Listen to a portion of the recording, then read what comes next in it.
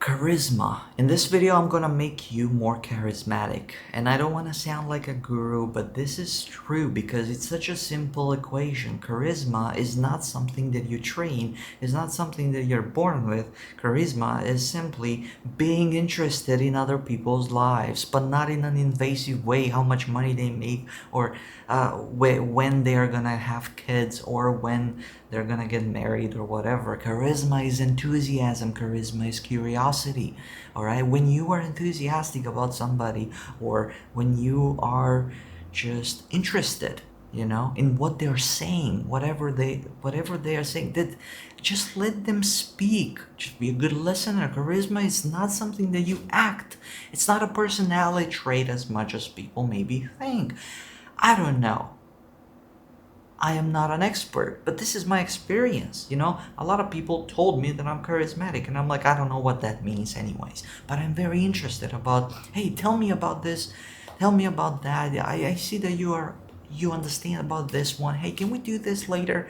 You're constantly just, interested, and people can sense that. Raw enthusiasm beats everything. You don't have to learn and train charisma. You don't have to train communication. You don't have to be like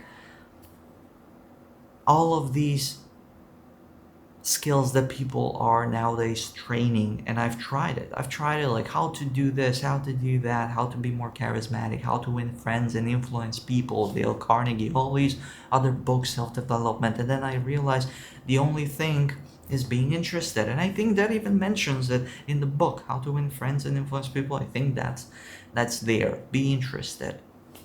So maybe that stayed with me, and I just was like, that's a simple equation. I don't have to do anything. I just want to ask people, about their hobbies. People love talking about their hobbies. So let them speak. You don't have to speak about your own hobbies.